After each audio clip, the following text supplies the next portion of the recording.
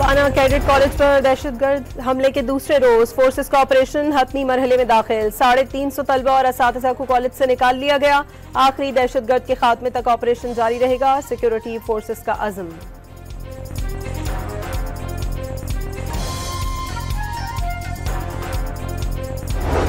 इस्लामाबाद में भारतीय स्पॉन्सर्ड और अफगान तालिबान की प्रॉक्सी फितनाल खारिज का G11 कचहरी में खुदकुश हमला। एडवोकेट समेत 12 अफराद शहीद, 3 पुलिस एहलकारों समेत 27 अफराद जख्मी।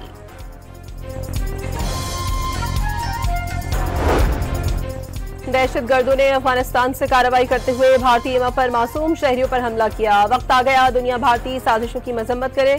वजीर आजम शहबाज शरीफ का आलमी बरादरी से मुतालबा। वजीरिस्तान के बच्चों को तालीम से महरूम रखने की कोशिशें नाकाम होंगी। दहशतगर्द हमेशा से तालीम के खिलाफ थे। पाक फौज ने बाना में कॉलेज बनाया। तलबा का आज़्म।